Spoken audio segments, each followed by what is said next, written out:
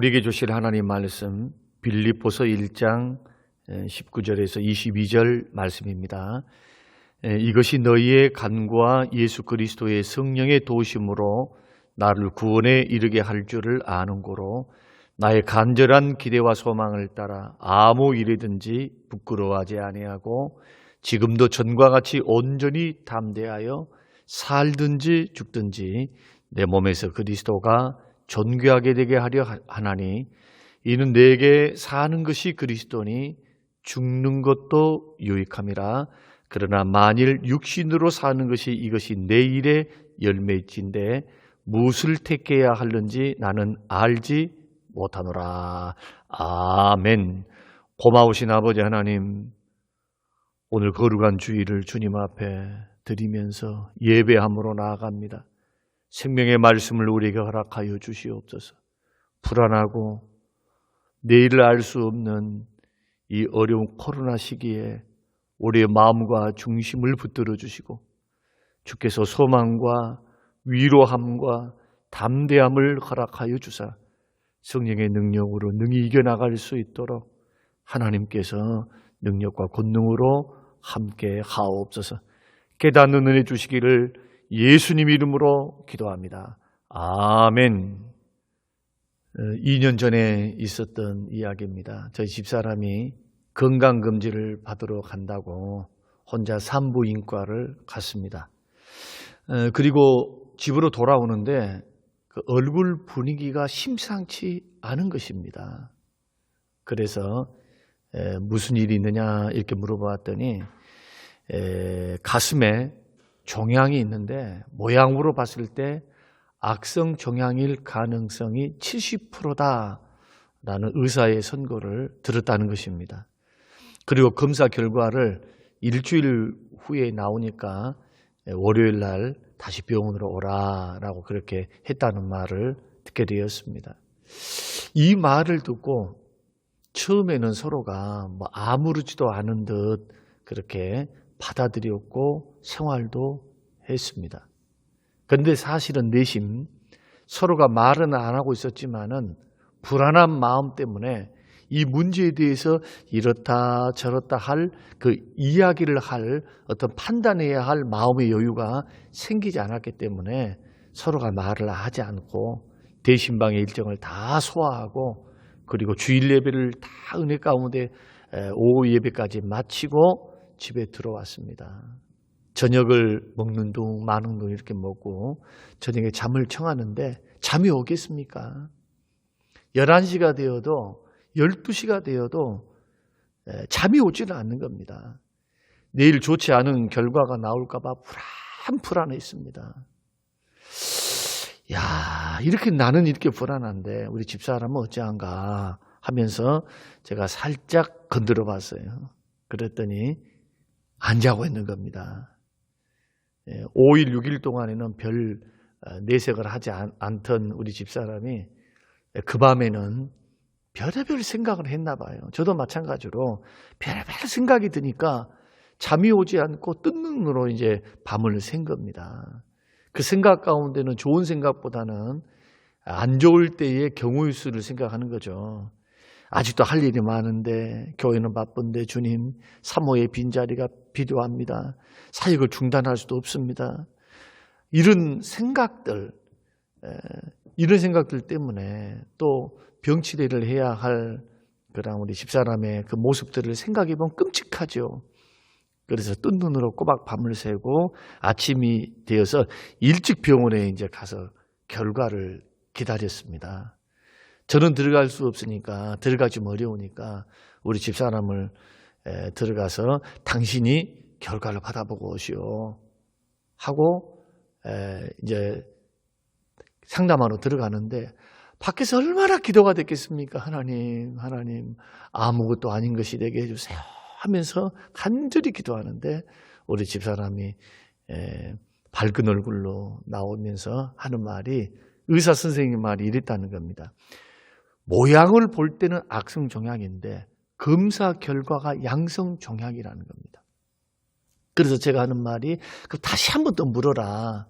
다시 한번 의사 선생님 물론 검사 결과가 확실해서 다행이지만은 그러나 혹시 또 선생님의 판단이나 검사 결과가 잘못 판단하면 안 되니까 다시 한번 물으라 하니까 확실하다고 그렇게 의사 선생님이 말씀하셨다고 하는 이야기를 듣고 그 의사 선생님 말 한마디에 일주일 동안 끙끙 앓고 있었던 모든 불안한 마음들이 한순간에 다 사라지는 겁니다. 이것이 우리의 인생입니다. 오늘 본문의 바울이 지금 이런 처지에 놓여 있던 상황이거든요. 바울의 불안한 심정을 가장 잘 표현한 단어가 뭐냐? 오늘 본문의 말씀 보면은 살든지 죽든지라는 단어입니다. 바울이 처음 로마에 압송되었을 때는 가택 연금 상태였습니다. 정치적인 중재인도 아니고 종교적인, 그것도 팔레스틴에 있었던 유대인들의 종교적인 가변주의였기 때문에 로마 당국에서는 셋집을 마련해서 살도록 허용을 해줬고 바깥에만 나가지 말아라. 보초를 세워서 그냥 가택연금만 시키고 감옥에 가두지를 않았습니다. 그런데 네로가 황제가 되면서 상황이 급박하게 돌아가고 있었습니다. 어찌된 영문인지는 몰라도 황제가 살고 있었던 황궁 안에 있는 시위대 뜰에 있는 그 감옥에 바울을 이송하는 것입니다. 여러분, 네로 시대가 어떤 시대입니까? 또 황궁 안에 있는 시위대가 있었던 지금으로 조선시대로 말하면 의금부에 해당하다고 말씀드릴 수가 있을 텐데 그 바울의 심정은 어떠했을까?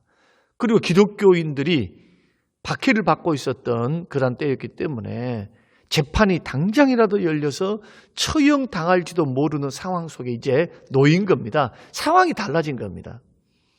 그것을 바울이 알고 그래서 살든지 죽든지 하면서 빌립보 교회에 편지를 보내고 22절에서도 그러나 만일 육신으로 사는 이것이 내일의 열매일진데 무엇을 택해야 하는지 나는 알지 못한다. 21절에는 내게 사는 것이 그리스도니 죽는 것도 유익하다. 자, 살고 죽는 이야기를 한다 이겁니다. 그러면 이 말은 사도 바울의 마음속 깊은 뿌리 깊은 그 깊은 속내는 어떤 뜻이 담겨 있다고 우리는 알 수가 있습니까? 불안하다. 내심 불안하다. 상황이 처음보다 불안한 상황에 놓여 있음을 직감하고 마치 이것은 이런 것과 같습니다. 의사 선생님께서 아무래도 당신은 암인 것 같습니다. 큰 병원에 가서 정밀 검사를 받아보십시오. 이 의사의 선고를 받은 심정. 이것이 바로 사도 바울이 시위대 뜰로 황궁에 있는 뜰에 있는 감옥으로 이송되어서 감옥에 갇힌 바울의 심정이라는 겁니다. 얼마나 불안했겠습니까? 바울도 사람인데. 사랑하는 성도 여러분, 지금 우리의 상황은 어떻습니까? 생활이 안정권에 있는 분들을 제외하고 생활과 환경이 안정되어 있지 않는 성도님들이 대다수입니다. 대한민국에 있는 많은 사람들, 60%, 70% 이상의 사람들이 이런 안정되지 못한 곳에서 직장 생활을 해야 되고 삶을 영위하고 있습니다. 취업 문제, 결혼 문제, 진학 문제, 사업 문제, 경제 문제, 인간관계 문제, 무엇인가 결정을 해야 돼요. 가만히 있으면 안 됩니다. 뭔가 시도를 해야 합니다. 그러나 미래가 보이지 않는 겁니다. 코로나 때문에 개업을 하고 다시 사업을 한다는 것, 다른 직장을 얻는다는 것이 어려울 때 경제의 기반이 지금 흔들리고 있는데 얼마나 불안하겠습니까? 그런데 우리를 더 불안하게 만드는 것이 있습니다. 그것은 뭐냐? 모든 것이 잘못될 것이라고 하는 최악의 시나리오를 자꾸 생각하는 거예요. 뭐 먹고 살까? 어떻게 살까? 미래는 어떻게 될까? 우리 자식들은 어떻게 되지? 자, 이런 생각들이 오히려 더욱 우리를 괴롭게 합니다. 그래야 안 해도 몸도 마음도 지쳐 있는데 이런 부정적이고 비극적인 생각, 이런 생각들이 자꾸 우리를 고통으로 불안함으로 더 부추기면서 우리를 끌고 가더라는 겁니다. 이런 일들뿐만이 아닙니다. 더 황당한 게 뭡니까? 평안했습니다.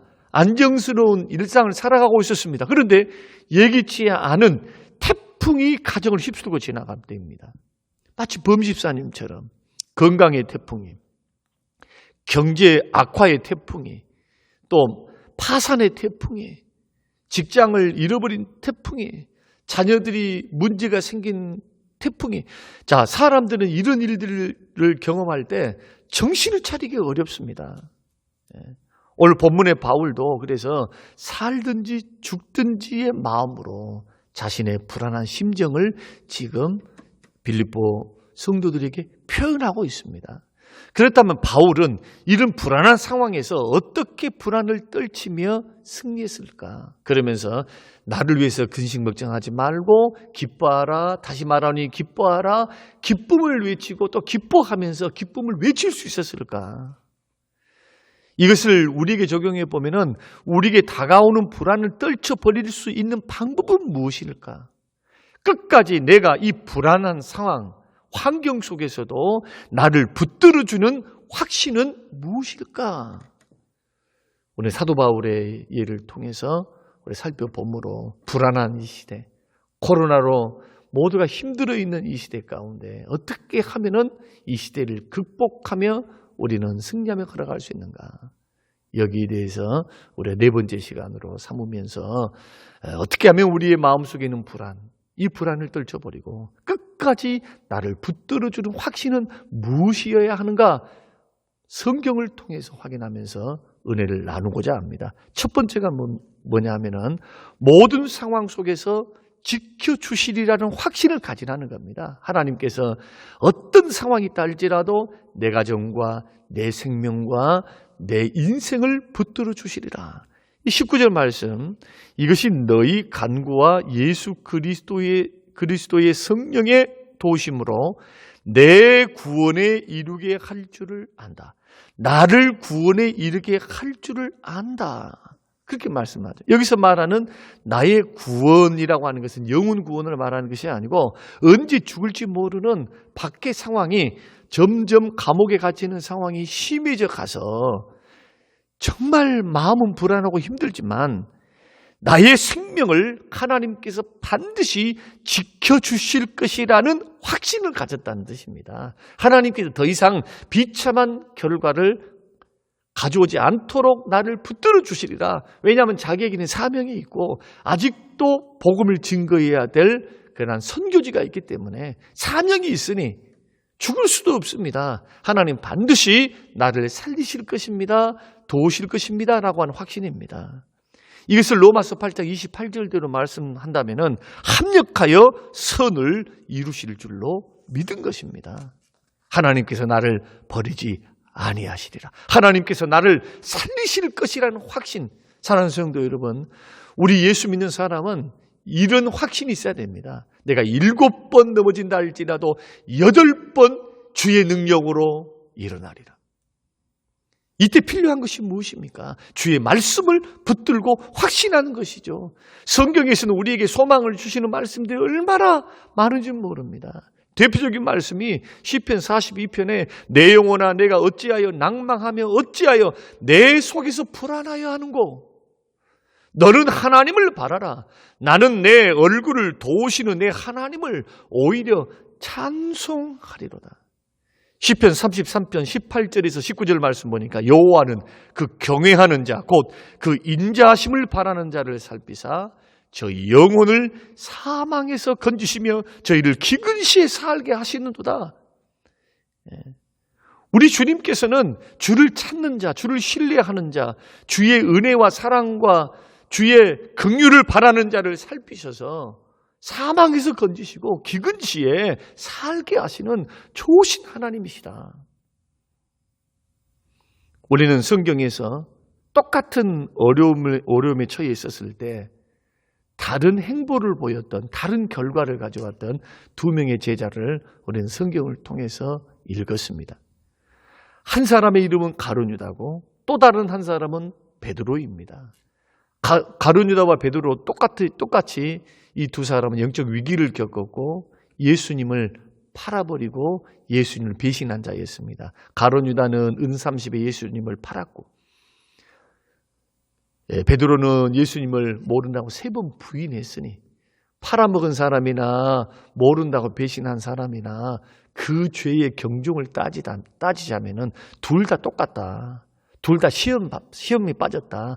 둘 다 우리 주님께 상처를 주었고 두 사람 다 지금 주님을 아프게 했고 죄를 지었다. 그렇게 우리는 평가할 수 있습니다.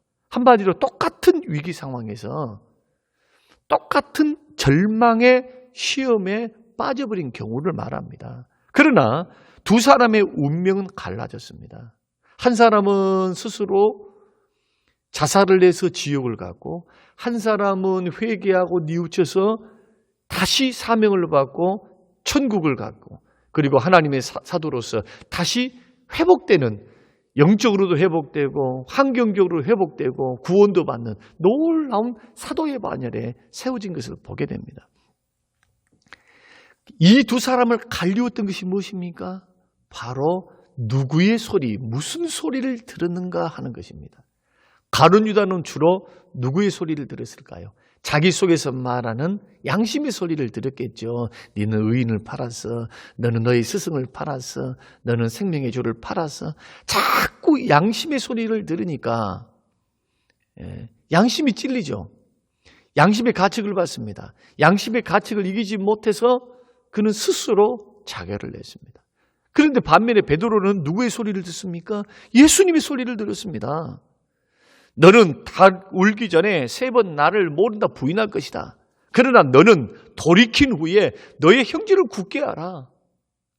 베드로는 죄를 책망하는 양심의 소리를 들은 것이 아니라 주님의 음성을 들었죠. 달 울기 전에 내가 나를 3번 부인하리라. 이 말씀을 듣고 생각나서 베드로가 뭐 했다고 성경이 말합니까? 그 가야바의 뜰에서 통곡하며 회개했다. 성경이 그렇게 말씀하시죠. 너는 돌이킨 후에 내 형제를 굳게 하라. 이것이 주님이 말씀하셨던 베드로에 대한 예언이었고 주의 음성이었습니다. 베드로는 그 말씀이 생각나서 회개했고 회개를 통해서 사명으로 이어진 것을 보게 됩니다. 사랑하는 성도 여러분, 놀랍게도 우리 인생 가운데 경제의 태풍이, 영적인 태풍이 우리에게 몰려올 때 가장 치열한 전쟁터가 뭐냐? 바로 우리의 마음입니다. 우리가 생각할 때는 우리의 경제 활동, 또 살아가는 직장, 사업터가 전쟁터라고 생각하시지만은 또 다른 치열한 전쟁터가 있습니다. 바로 우리의 마음의 전쟁터입니다. 인생의 회오리 바람이 우리를 몰아쳐오고 건강의 아픔이 우리를 몰아쳐오고 가정에 여러 가지 힘들 일들이 몰아쳐오면 그동안에 나는 열심히 봉사했습니다. 열심히 기도했습니다. 나는 성경 공부했습니다. 나는 열심히 예배를 참석했습니다. 신실하게 주를 살아왔습니다. 하는 것들이 순식간에 날아가 버립니다. 이것이 다 쓸데없는 것 같고 한번 큰 시험을 당해보십시오. 큰 연단과 고통을 당하면 하늘이 무너진 것 같아요. 믿음의 기반조차도 흔들릴 것 같은 그러한 어려움들이 우리 가운데 있습니다. 내가 지금까지 기도했던 거, 내가 섬겼던 거, 사랑했던 거, 주의 종을 받들고 섬겨서 최선을 다했는데 결국 나에게 남는 것이 실패인가, 어려움인가. 여러 많은 사람들은 그런 어려움들을 아무리 믿음이 좋아도 한 번쯤 겪게 됩니다. 그런데도 그 많은 진리가 있죠. 그 많은 생각들이 있어요. 많이 들었던 하나님 말씀들이 있습니다. 그러나 딱 한 가지가 남습니다. 딱 한 가지. 그 딱 한 가지가 뭡니까? 우리 주님께서 이 어려움 가운데서도 나를 그냥 버려두지 아니하실 것이라고 하는 확신이 남는 거예요. 하나님은 그래도 끝까지 나를 버리지 아니하시리라. 하나님은 끝까지 나를 도우시리라. 사랑하는 성도 여러분, 시험 당할 때 감당할 수 있는 힘을 누가 주십니까? 하나님이 주십니다. 감당치 못할 것은 아예 주시지 않습니다. 그리고 내가 감당치 못할 것 같다, 그 시험에서 허덕여서 쓰러질 것 같다 하면 하나님께서 반드시 뭘 주십니까? 피할 길을 주세요. 그래서 예수 믿는 사람은 7번 넘어져도 8번 일어날 수 있는 겁니다. 우리는 끝까지 나를 붙들 수 있는 믿음의 확신, 신앙의 힘은 무엇입니까? 그럼에도 불구하고 이런 환경 속에서도 하나님은 모든 상황 속에서 나를 반드시 구원하시고 나를 반드시 회복시키신다라고 하는 믿음입니다. 이것이 첫 번째고, 두 번째는 기도의 힘을 확신하라는 겁니다. 19절 말씀 보면은 이것이 너희의 간구와 예수 그리스도의 성령의 도우심으로 나를 구원에 이르게 할 줄을 안다는 겁니다. 하나님께서 나를 버리지 아니하시고 나를 반드시 주께서 생명을 살리셔서 사명의 자리로 복귀하게 하시고 나의 일생과 인생이 회복되도록, 사명이 회복되도록, 영육이 회복되도록 하나님이 지켜주시고 도우실 줄로 나는 안다는 겁니다. 근데 뭘 통해서 압니까? 기도의 힘으로. 그래서 너희의 간구와 중보 기도의 힘입니다. 그러면 나를 끝까지 붙들 수 있는 그러한 우리 믿음의 힘이 뭡니까? 그것은 기도의 힘을 확신하라는 겁니다. 사랑하는 성도 여러분, 기도의 힘을 확신하시기를 주의 이름으로 축원드립니다. 바울이 그렇게 고백합니다. 성도들의 기도의 힘, 그 중보 기도와 그 기도를 들으신 성령의 역사로 내가 살게 될 줄을 알았다, 그런 뜻입니다. 죽음의 문턱 가운데서 살아날 수 있는 힘이 뭡니까? 기도였다는 겁니다. 결국 어떻게 됐습니까? 성도들의 기도, 그리고 끝까지 하나님께서 나를 책임져 주시리라 라는 믿었던 그 결과 2년 만에 무죄 석방되죠. 이거 기도의 결과이고 기도를 들으시는 성령님의 역사였습니다. 이것이 19절의 말씀입니다. 그러므로 우리가 믿음의 길을 걸어갈 때 여러분 주의를 한번 살펴보시기 바랍니다. 생활이 곤고하고 영적으로 어려움을 당하고 있는 많은 사람들이 있죠. 영적 침체를 경험하신 분들이 있습니다. 생활고 때문에, 또 마음의 무거운 짐 때문에, 염려와 근심 때문에 기력이 빠지고 마음에 기쁨이 없고 힘든 가운데 있는 분들이 있습니다. 그런 분들을 도울 수 있는 최고의 방법이 뭡니까? 그들에게 가장 필요한 게 무엇입니까? 바로 중보기도입니다. 누군가 그분들을 위해서 기도해 줘야 됩니다. 중보기도의 효과에 대해서 우리 주님이 친히 말씀하셨습니다. 마태복음 18장 19절에 진실로 다시 너희에게 이르노니 너희 중에 두 사람이 땅에서 합심하여 무엇이든지 구하면 하늘에 계신 내 아버지께서 그들을 위하여 이루게 하시리라. 생활의 염려 때문에, 건강 염려 때문에, 직장 사업 때문에 불안한 분들에게는 기도 외에는 약이 없습니다. 불안하면 일단 잠도 오지 않습니다. 불안하면 잠도 오지 않기 때문에 온갖 생각들, 불안한 생각들, 의심스러운 생각들, 비관적인 생각들이 나의 생각을 지배합니다. 불안은 기도 외에는 약이 없어요. 예수 믿는 사람들은 중보 기도의 힘을 믿으셔야 합니다. 그래도 기도하셔야 돼요. 어떻게 기도해야 되느냐? 문제가 큰 것만큼, 불안한 것만큼, 어려움이, 고난이, 환난이 온 것만큼 미칠 정도로 기도하셔야 돼요. 교회에 꼭 나와서 기도하라는 말이 아닙니다. 순간순간 기도하셔야 돼요. 불안과 염려에 여러분 생각과 마음을 방임하지 마시고 그 불안에 내어 맡겨서는 안 됩니다. 기도에 맡기셔야죠. 기도로 나의 넉나간 나의 생각과 마음, 불안한 내 마음을 다잡고 붙잡아야죠. 기도로 붙잡아야 됩니다. 기도로. 그럴 때 하나님의 지극히 높으신 하나님의 평강이 나의 마음과 생각을 지키신다. 마음의 평안으로 나에게 확신을 주십니다. 그 확신이 오고 난 후에 하나님의 때에 하나님께서 하나님의 방법으로 멋지게 우리의 인생을 회복시키십니다.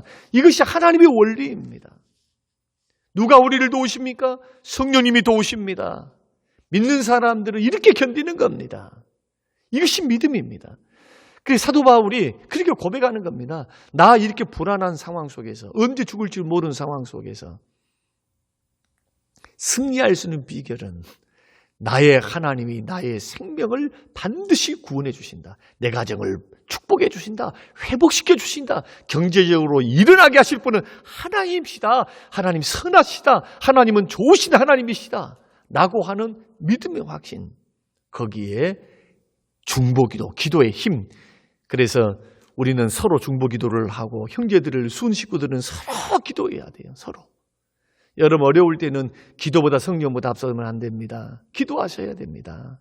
그리고 개인도 날마다 합심으로 기도하고 개인으로 기도하고 순간순간 기도하고 불안할 때 기도하고 문제 생길 때 기도하고 평안할 때도 찬송하면서 여러분의 마음의 중심을 절대로 불안함과 불신앙과 비극적이고 우울한 데 마음과 생각을 뺏기지 마시고 말씀 붙잡고 여러분 기도로 이기며 승리해 나갈 수 있는 우리 모두가 되시기를 주의 이름으로 축원드립니다.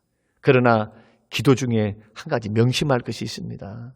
여러분, 내가 지금 상황이 어렵다고 해서 막 불안하다고 해서 떼를 쓴다고 아니면 원망 불평한다고 해가지고 상황이 바로 변하지는 않는다는 거 꼭 그걸 기억하셔야 됩니다. 하나님의 때가 되면 반드시 변하게 돼요.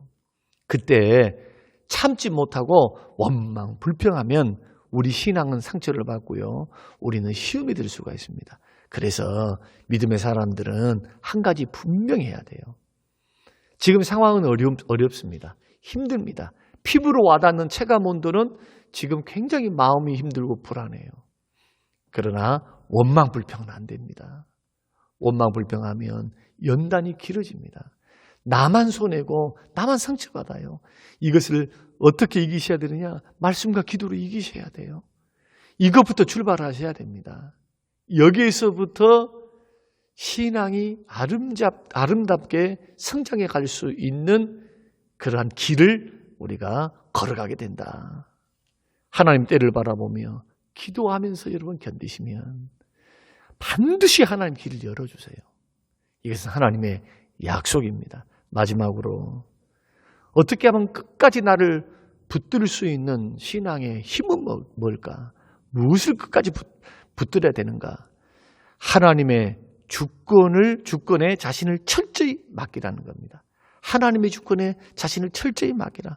20절 말씀 오늘 본문에 보면은 나의 간절한 기대와 소망을 따라 아무 일이든지 부끄러워하지 아니하고 지금도 전과 같이 온전히 담대하여 살든지 죽든지 내 몸에서 그리스도가 존귀하게 되게 하려 한다. 그렇게 말씀했습니다. 살든지 죽든지 이런 말은 내가 살든지 죽든지 내 몸에서 그리스도만 높이기를 원한다. 이런 말은 나는 어떤 경우에든지 준비가 되어 있다. 사는 것만 나 고집 피우지 않는다. 하나님의 결정에 내 자신을 맡긴다라는 그런 의미를 담고 있습니다. 이 부분이 중요하죠. 사도 바울은 하나님께서 나를 살리실 줄 나는 믿는다.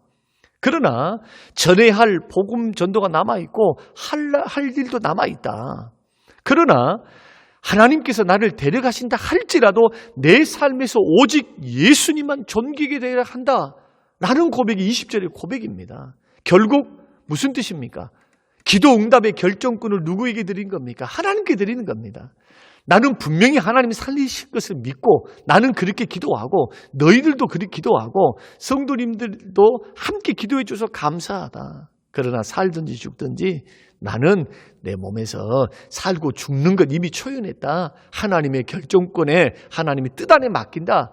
나는 살아도 주를 위해서 죽어도 주를 위해서 이렇게 나는 살기를 원하고 21절에서는요. 이는 내게 사는 것이 그리스도니 죽는 것도 유익하다.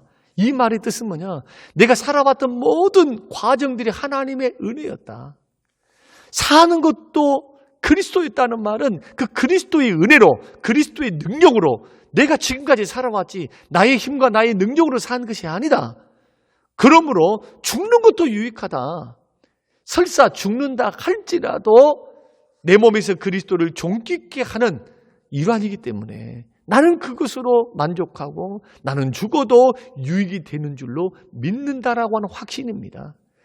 그러니까 우리가 믿음의 길을 걸어갈 때 하나님의 주권에 자신을 철저히 맡기라는 뜻은 그겁니다. 열심히 기도했습니다.